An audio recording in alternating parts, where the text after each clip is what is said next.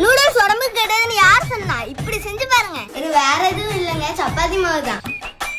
இது 10 நிமிஷம் நல்லா கொதிக்கட்டும். ஒரு கடாயில எண்ணெய் ஊத்திருக்கோம்.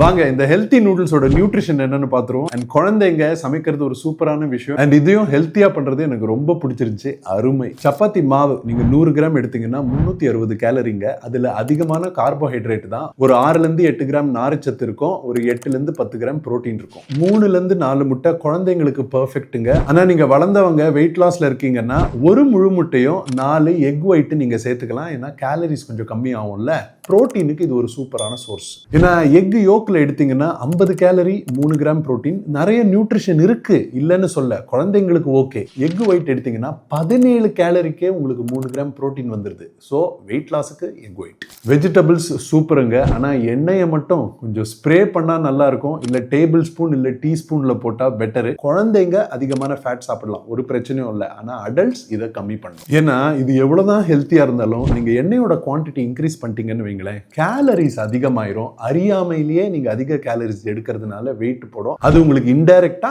அன்ஹெல்தி ஆயிரும். நீங்க இது வரைக்கும் இந்த சப்பாத்தி மாவு நூடுல்ஸ் ட்ரை பண்ணிருக்கீங்களான்னு கீழே கமெண்ட்ஸ்ல போடுங்க. அண்ட் இந்த வீடியோ உங்களுக்கு பிடிச்சிருந்துச்சுன்னா இதை ரீபோஸ்ட் பண்ண மறந்துடாதீங்க.